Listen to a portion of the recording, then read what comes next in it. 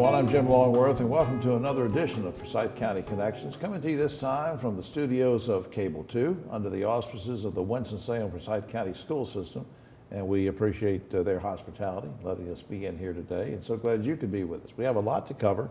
We have some great topics, and guests are going to share information with you about everything from adult protective services to certain types of atlases that we want you to check out, to the Festival of Lights and all sorts of things. We're even going to talk about horseback riding, so we've got a little bit of everything. Where we want to start, though, is speaking with a good friend of the show. She's been here with us before. We wanted to bring her back for an update. Iesha Carter's ARPA Administrator for Forsyth County Department of Budget and Management. Welcome back.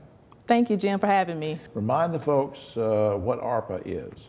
So ARPA, or the American Rescue Plan Act, it is federal act passed by Congress to combat the COVID-19 pandemic. All right. Now, how much money did Forsyth County receive total under this ARPA package? Sure thing. So Forsyth County received $74.2 million in ARPA funds and conducted 2 application phases, one closing August 2nd, 2021, and the other closing June 10th, 2022. So that, you said it's about $74 million. $74.2 million. So those 2 rounds, are they sort of divided? Is the money divided equally between round 1 and round 2, sort of? Not necessarily. For the round 1, we allocated $51.6 million in funding. Oh, okay. In round 2, the remaining $22.6 million was allocated. Now, when the end of round 1 came, does that mean that folks who applied have already received the funds and now it's time to start looking for round 2, or what? So some of them have received funds. The other ones are still in negotiations, contract negotiations. So we're trying to wrap up round 1 and focus on round 2 right now. Do you have, I want to put you on the spot, do you have an idea about how many organizations were funded in round 1 and maybe how many might get funded in round 2? Do you have any idea of how many groups or organizations we might be talking about? Yeah, so for round 1, 27 nonprofits were funded and 7 county-sponsored applications were funded. And for round 2, on September 22nd, 2022, the Forsyth County Board of Commissioners funded 34 applications, 23 nonprofits, and 11 county-sponsored. Can you give me, we didn't rehearse this or anything, but can you give me an example of an organization, or even maybe an example of what people can do or have been doing with the money? Yeah, so there were 14 categories. Some of them public health, behavioral health, education, gun violence. So long as it fit in the eligible category for the federal and state law, you could use the money however see fit. Right, and a lot of great organizations getting in there. And now you're saying that people have already applied for the round 2 funds, is that right? Yes, they have applied and they have been awarded as of September 22nd, 2022. Okay. Now, this might seem like a stupid question because you've already told me about the total amount of money and all this stuff, but is there going to be a round 3? There will not be a round 3, unfortunately. The total $74.2 million has been allocated, so there will not be a round 3. Do you feel like what kind of feedback have you gotten, you and your folks that you're working with, in terms of people that were awarded monies, what they're trying to do with it, what they're trying to do to help people? What sense do you have of, is it helping the community or what? Give me your thoughts on that. Yeah, so for feedback, I've only gotten great feedback. They want to see impactful projects in the community, and we're looking forward to seeing what the ARPA funds could do in the near future. Right. Now, how can people learn more about where the money's going and what organizations? Is that private, or can somebody find out which organizations have funds, or how do you do that? Yeah, so that's public information. To learn more about ARPA for Forsyth County, visit the Forsyth County website, and at the top of the Forsyth County website there is an icon. It's an ARPA icon, and it leads you to the Forsyth County web page for ARPA. You can find all information about Forsyth County ARPA. That's great, and I always like to ask a personal question. You know how I do this kind of thing. What led you to a career in this, to helping people like this in budget and management and talking about these things? So my background is accounting, but I've always been a servant leader in the community. I love giving back to the community, and I would say that this job found me. You know what, I'm glad it did. I'm glad that you do a great job, and I appreciate all you do. Thank you, Jim. All right, we'll be right back after this. Unlike other health concerns, mental illness is not always easy to see. DEPR. Mental illness doesn't show up on a scale. Bipolar? Sorting out a mental health concern takes professional diagnosis and treatment. Anxiety. I thought so. If you or a loved one has a mental health concern, don't go it alone. For 24-hour free and confidential information and treatment referral, call 1-800-662-HELP. Learn more at samhsa.gov/support. Back now on Forsyth County Connections, and I want to learn about something that I had never heard about before, and maybe you haven't either. Let's do it right now together. Joseph Sloop is with us. He's Geographic Information Officer for the City County Information Office. Welcome, Joe. Good to see you. Thank you. Thank you for having me. By way of Wilkes County. Yes, sir. And we're so glad you're here. You said you've been here running this office for 13 years. Yes, sir. That's great. All right, now, there's something you emailed me about called the Neighborhood Opportunity Atlas. The Neighborhood Opportunity Atlas. What in the heck is that? Okay, so it's a website that we have rolled out, which contains a lot of data for the community. So, like you were mentioning earlier, I've been here for 13 years, and we've been collecting data for 13 plus years. Okay. Different data sets on the community, everything from public health related issues to economic issues. And so we have all this data, and we work very closely with nonprofits and universities and other governmental departments asking for data. Yeah, because they need that stuff. Exactly. And so we said, you know what, why don't we make it a place where anyone can go, grab the data that they need, and then make data-driven decisions with the data that they have, Yeah. right? There's a lot of data in there. Now, you mentioned you've been doing it for a while. What's the history of NOA? Okay, so originally it started off just we fell into it, quite honestly. One of my analysts was reviewing different data sets, and he called me in the office one day, and we have dual monitors. He said, tell me what you see here. And I said, I see the same map on both. He said, no, these are different variables, but the things are happening in the same areas of the county. And I said, okay, let's run with this. And so over the years, we've collected data to just see if these events are still happening in the same places within the county. Right.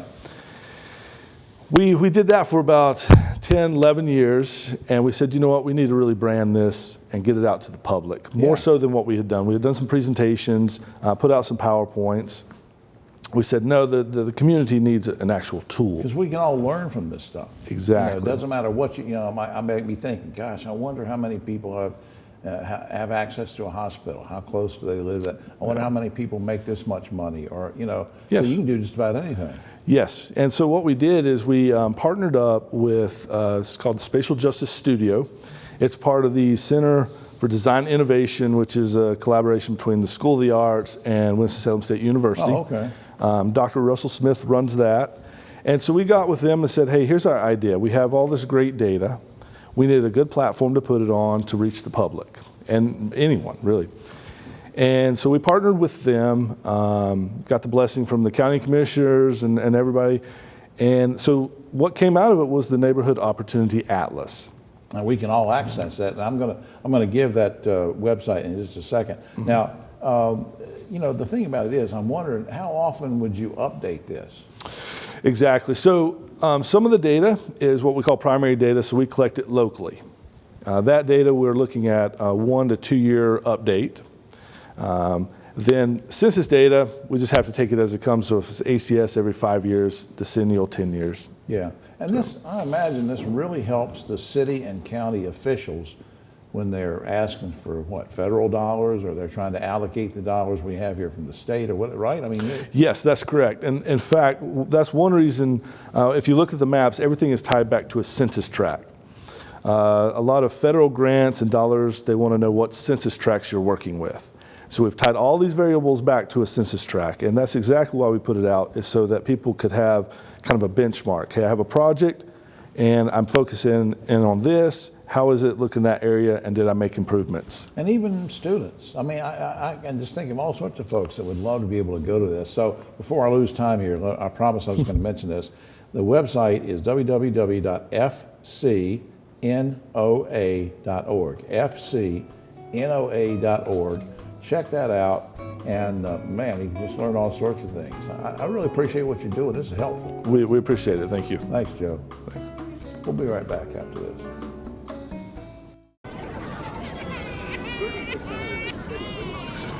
This is what too much sounds like.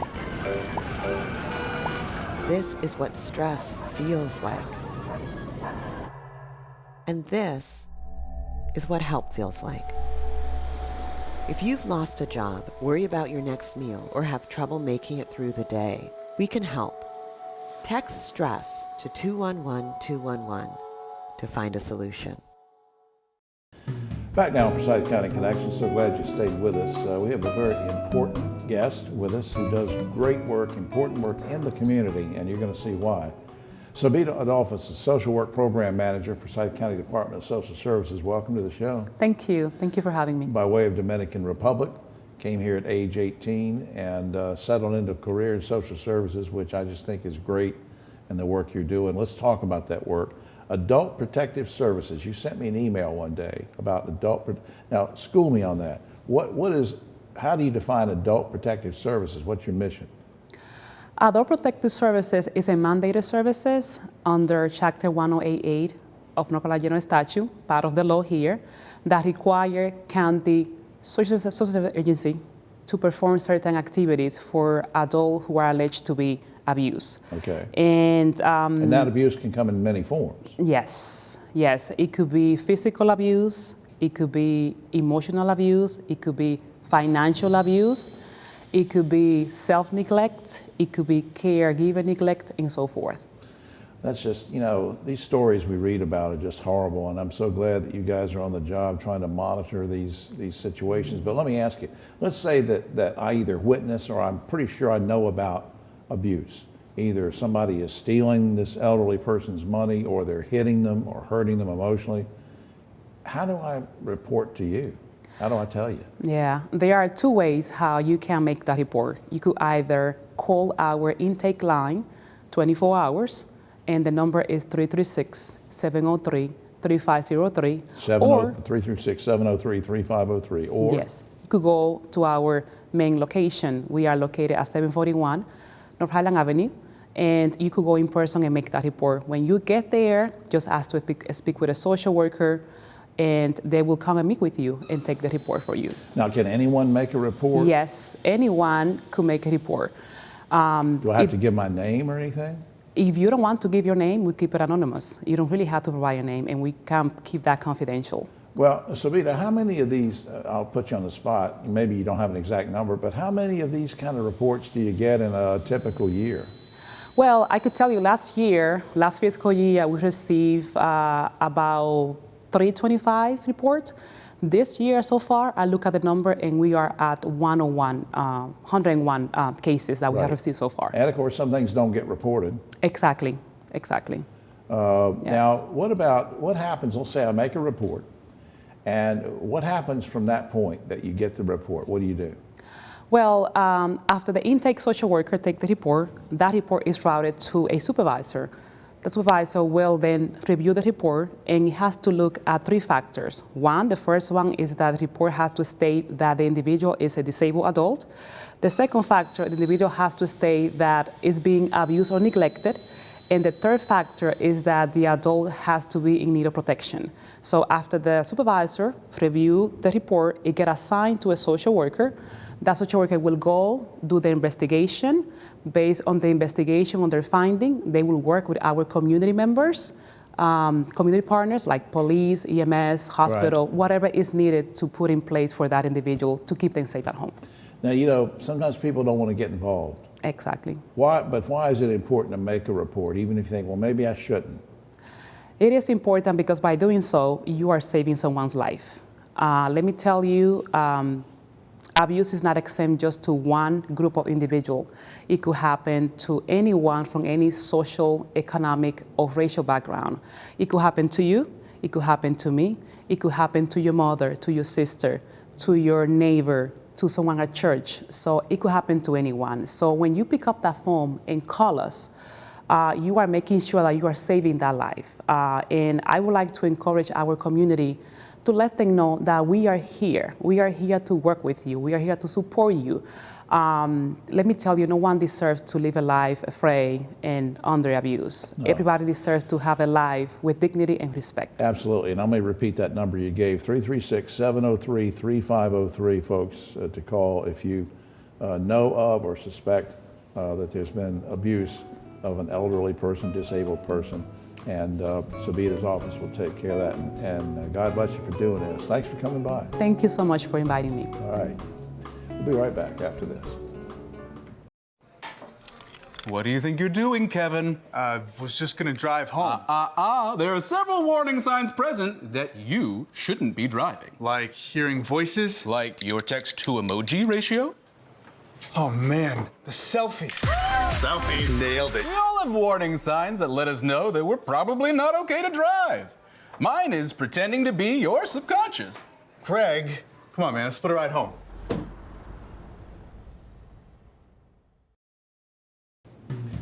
Back now on Forsyth County Connections. I absolutely love horses. And so I'm just excited when I found out that this young lady was going to be with us today. I want you to meet her right now. Melissa Gore's owner-operator of Tanglewood Stables. Welcome to the show. Thank you for having me. And you grew up in this area. You told me off camera you grew up in this area, and you first started riding when? I was 7 or 8 years old and I started taking lessons at Tanglewood. So you knew early on that's what you wanted to do. And did you think about, hey, this might be a good career of hanging around and doing things with horses? Oh yeah, I loved it. And I lived in Kernersville at the time. We drove all the way to Clemens for it. And then I got a little more involved and we headed to Clemens. Now for folks that are new to the area, where are the Tanglewood Stables? So we're about 3/4 of a mile into the park on the right side of the road. Or really on both sides of the road, we have 3 barns. Okay, now what kind of activities can people take advantage of if they come out to the stable? Sure, so we really have a lot to offer there. We do guided trail rides. Those are really easygoing rides, take a lot of people that have never ridden. We walk, might trot a little bit, but even for riders, I think it's a nice way to get on a horse. It's a scenic ride along the Yadkin River. So we're busy with those. We also do tractor-drawn hay rides year-round. We've got seasonal options and public and private rides. What do you mean a seasonal option? Give me an example. Sure. So right now we're doing our pumpkin pick hay rides during the month of October. You get on at the hay ride and head up to the pumpkin patch, get off, get a pumpkin, and take a ride back to the stable. So now the activities that you offer, are some of them age appropriate or age specific? I mean, how do you determine that? So the great thing I think about the stable is there's something for everybody. You do have to be 6 or older to ride, but I'll take little kids and I'll take their grandmothers and grandfathers on the ride. And we cater to larger groups as well, like churches, preschools, retirement communities, but the public options make it accessible if you just want to sign up yourself or as a couple or family. Now that brings me to, I was wondering, do I need to make a reservation to do some of these activities, or horseback riding, trail riding, whatever? How does that work? Sure. So we strongly recommend reservations. We are happy to accommodate anyone who walks up if we can, but really calling and making a reservation is the best way to do it. Now, suppose I want to take, now you do lessons or just trail rides? I do riding lessons as well. We do hunter jumper lessons. Okay, so are there fees associated with any or all of the various things you've been talking about? There are, yes. Yep. And you can find out, we're going to give the website just a second. That'll give information about that. Now, what's the best way to contact? Because I've got a phone number and I've got the website. I'm going to mention both of them, and you tell me which is better. TanglewoodStables.com, 336-766-9540. Now, is one better than the other for making a reservation, or what? I do all reservations through our office phone number, so you do want to call me at the office. So then the website really comes in handy, because then you can go in there and learn about, And there is an option to email us if you have any questions, but I do most reservations over the phone. What, we didn't rehearse this or anything. I'm just curious, and both of us love horses, and I imagine you've seen a lot of smiles on faces of people out there. What does that do for you? Oh, it's a great feeling. I think people come to the stables and have a good time. It's something we can offer to people that is not accessible in a lot of places. So it's a great feeling. We like being part of the community and giving people that opportunity. Right. What if I just get on a horse and ride through the Festival of Lights? Are they going to run me out of there because of the... You'd probably get a lot of honking, yes. Well, I've been honked out before. I mean, that's nothing new for me. All right, let me mention this again. TanglewoodStables.com for more information. And if you want to make a reservation or something, call 766 888-941-9540. Melissa, I just think this is great. Come back and see us sometime, will you? Thank you. All right. We'll be right back after this. Every year, 4.5 million young adults between the ages of 18 and 24 visit the ER. It's every parent's nightmare. Umergency gives you all the tools you need to quickly and effectively manage your family's emergency. Umergency provides instant access to vital resources, customized to your student's campus and local community, digital consent form, and built-in urgent alert button. Umergency gives you peace of mind when you need it most. Download your Umergency app now. Back now on Forsyth County Connections, and let's talk about things coming up that you are going to be interested in. You're going to love, festival lights, all sorts of things coming up. And we're going to talk about these things with Alison Asbury. She's an event planner for Forsyth County Department of Parks and Recreations. Welcome to the program. Hi, thanks for having me.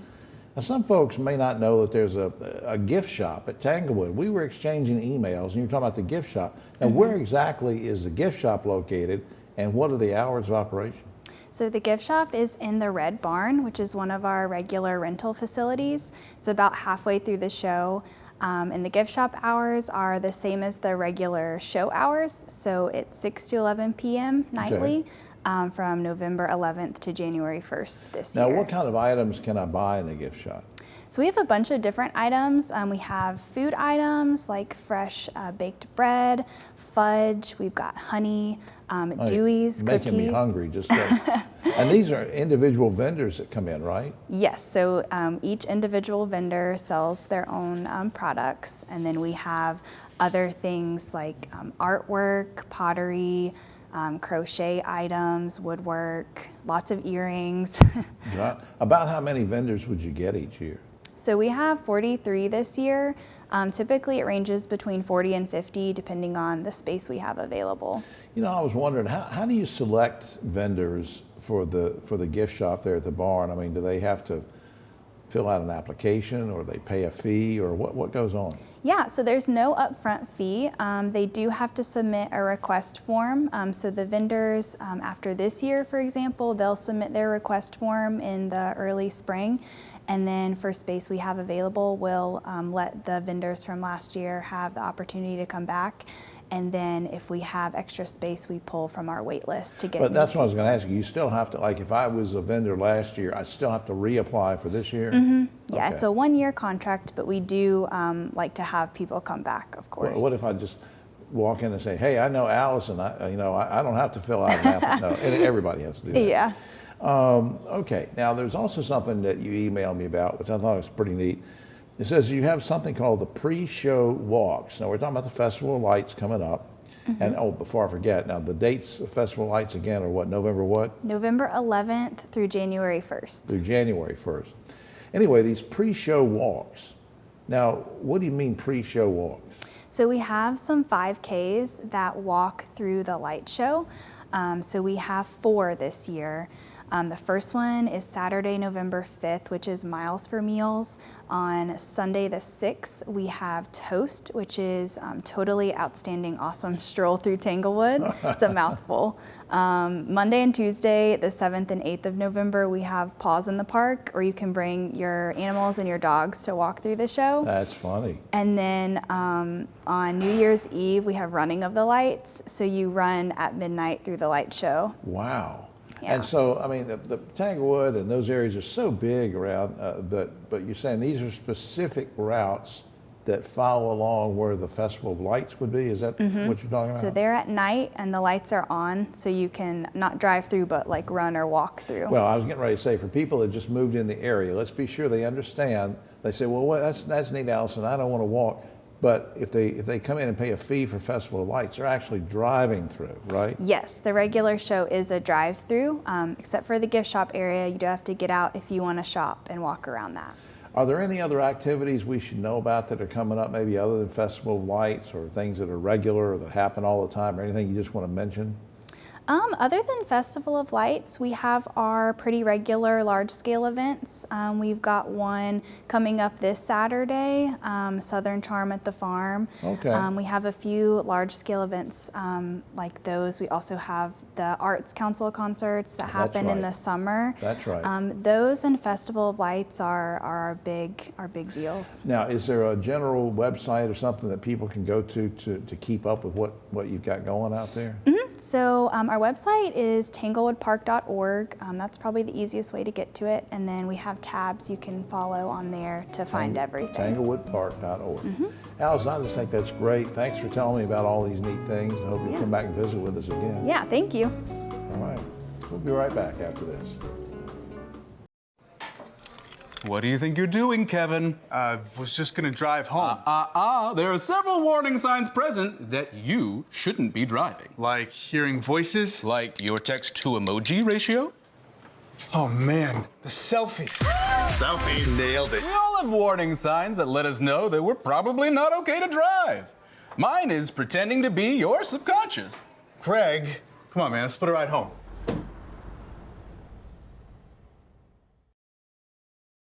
Unlike other health concerns, mental illness is not always easy to see.